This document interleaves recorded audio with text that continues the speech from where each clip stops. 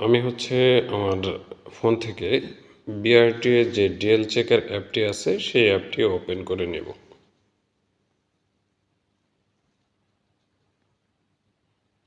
অ্যাপটি ওপেন করে নেওয়ার পর এইখানে আমাদের রেফারেন্স নাম্বারটা দিয়ে দেব এবং ডেটের ঘর থেকে ডেটটা সিলেক্ট করে দেব।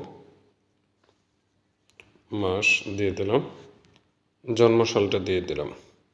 দেওয়ার পর এই যে সার্চ লেখা আছে এই সার্চ বাটনের উপরে একটা ক্লিক করব। আমাদের স্ট্যাটাসটি শো করতেছে application approve, driving licence card ready for print.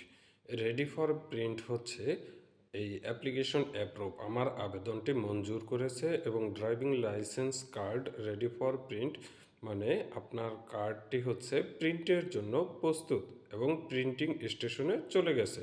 Card যখন প্রিন্টিং কমপ্লিট হয়ে যাবে স্মার্ট কার্ডটি, তখন এই স্ট্যাটাসটি পরিবর্তন হবে। আর এই স্ট্যাটাস পরিবর্তন হওয়ার কোনো নির্দিষ্ট সময় বিআরটিএ থেকে বলে নেই।